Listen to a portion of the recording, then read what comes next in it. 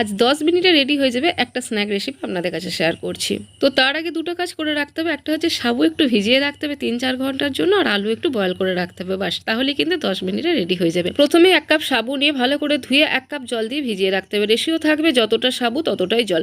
তারপর ভিজে যাওয়ার পর তার মধ্যে ক্রাশ করা পিনাট দিয়ে, তার মধ্যে আদা কুচি, ধনেপাতা কুচি, কাঁচা লঙ্কা কুচি আর গ্রেট করা আলু, যেটা ওই জন্যই বলেছিলাম সেদ্ধ করে রাখার জন্য, দিয়ে এতে হলুদ গুঁড়ো, একটু নুন, একটু চাট মশলা, একটু গরম মশলা গুঁড়ো দিয়ে ভালো করে মেখে নিতে হবে।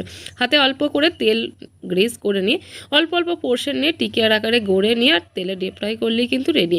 এরপর বলে দিই, বাদামটা ততটাই নেওয়ার চেষ্টা করবেন যতটা সাবু নিয়েছেন তার অর্ধেক, আর বাদামটা অবশ্যই কিন্তু রোস্টেড হতে হবে। আর আমি শুধুমাত্র আদা অ্যাড করেছি, আপনারা যদি চান এখানে পেঁয়াজ আর রসুন কুচিও অ্যাড করতে পারেন, এতেও টেস্টে কিন্তু অনেক ইনহ্যান্স হয়। কিন্তু যদি এটা ফাস্টিংয়ের দিন রাখতে চান তাহলে কিন্তু এইভাবেই বানাবেন। তো যাই হোক, ভালো লাগলে like, comment, share, subscribe and follow করে